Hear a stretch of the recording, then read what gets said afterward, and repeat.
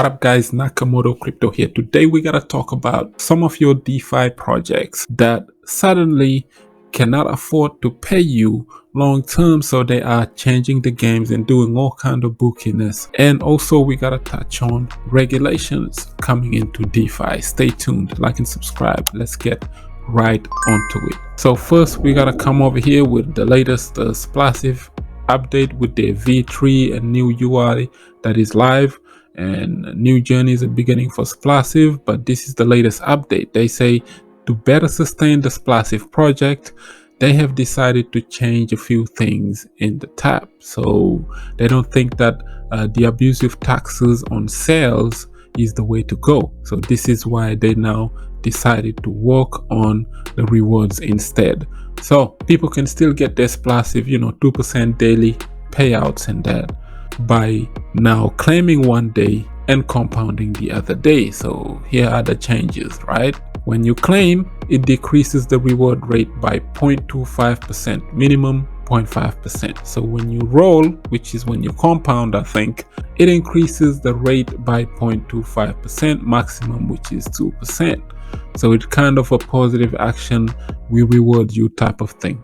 Something like baked beans, the more you compound, the more they pay you. The less you compound and you're claiming every day you are not helping the protocol, you're taking advantage of the system, the less your rewards will get. So your daily payout will keep on decreasing. Once they start implementing these type of plays and games and that, it's only a matter of time before this thing fizzle out. How long did you think that this was gonna keep on going, where they can pay all of the investors, for example, 2% a day every single day? This did not even last longer than 6 months, and already they are struggling because of marketing. And the Splassive could have won, but they got hit with an exploit that did not help.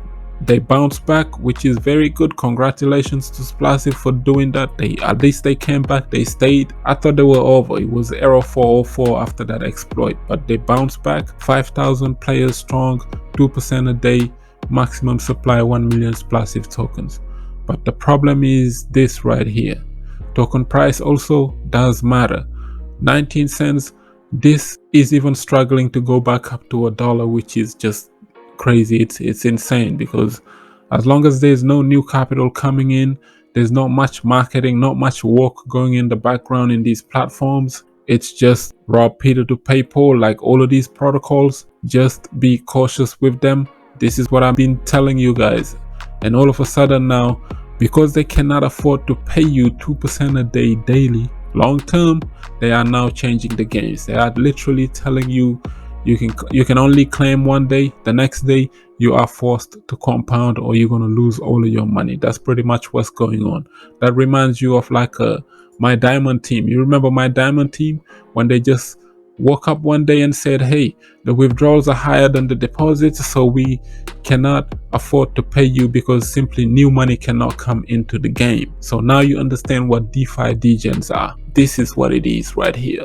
And there's no consequences or repercussions that are put upon these developers. Like, who's paying people their money back when something like this goes down? Nobody. Everyone else loses their money. Did anybody get a refund from mydiamondteam?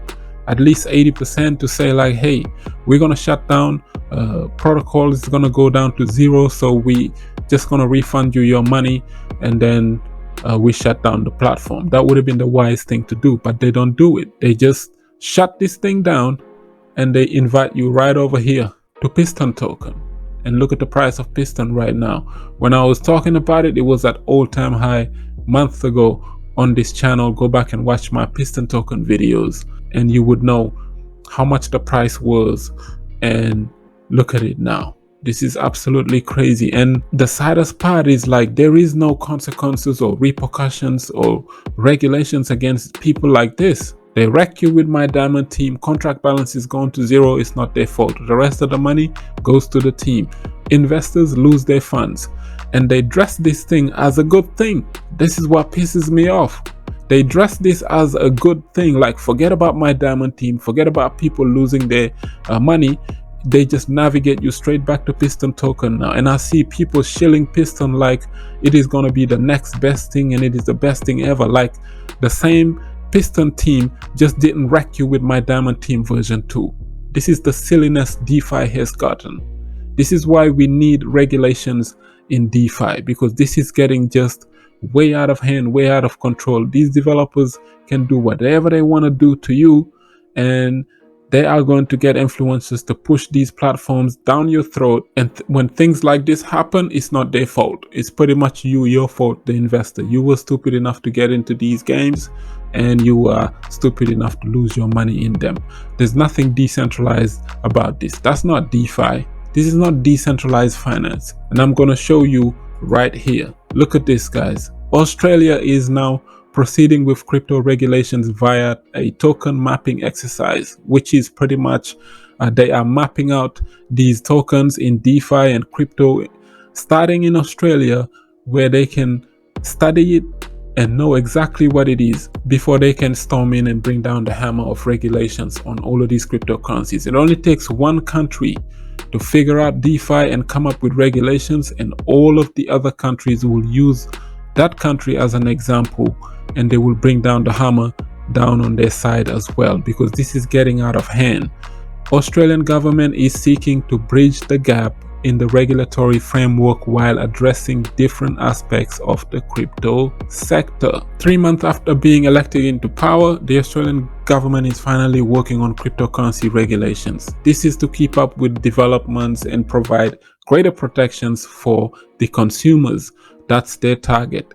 It is the consumers, the crypto investors. So the first thing the government said when they got in is that they have to identify how crypto assets and related services to cryptocurrencies should be regulated, and this is what they are working on right now. In the near future, the Australian Treasury will also undertake some work on other recommendations.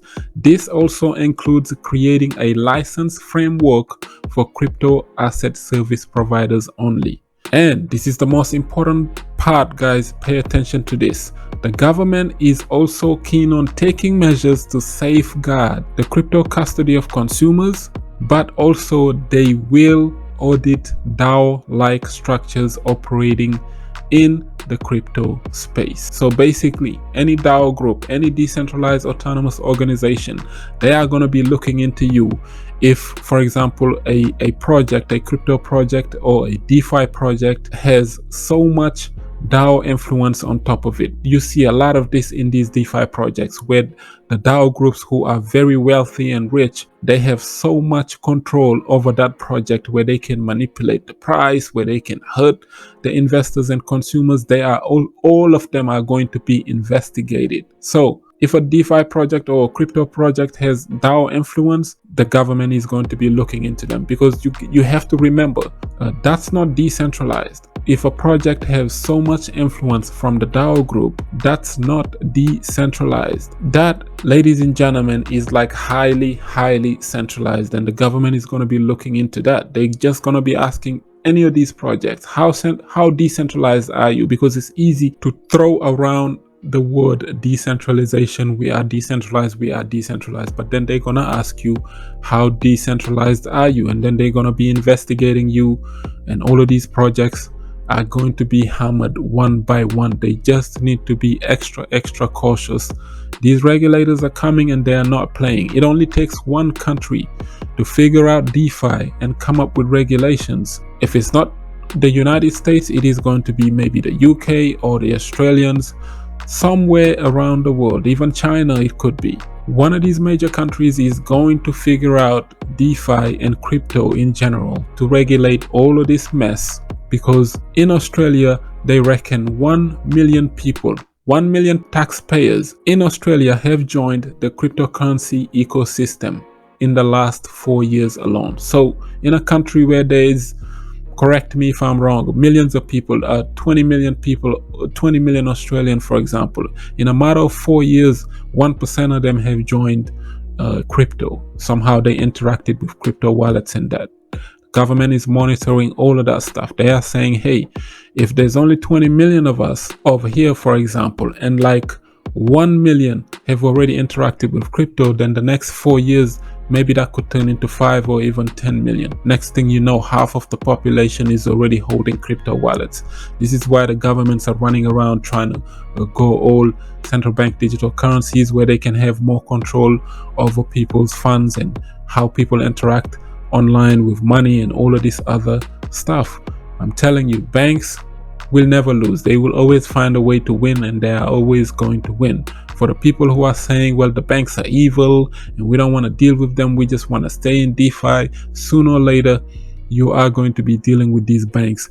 No matter how much you don't trust them, you are trusting them with your money every single day. Pretty much day-to-day banking, you are still using your bank account, and the banks are still controlling your life. They are going to be in your life for life. Pretty much you and the banks are stuck together. So with that being said, this is a great article. Read it, pay attention to it. Just know that the governments and all of these regulators, they're not just sitting back letting all of this happen. They are watching and they are paying attention. They are creating groups. You just seen the SEC, I've covered it the other day, expand their group, especially when it comes to DeFi, where they are just studying DeFi at the moment. They are trying to figure out, how can we regulate something like this? How can we storm in and ask a project straight away, hey, show us how decentralized are you, or it is going to be cease and desist, so you cannot operate anymore.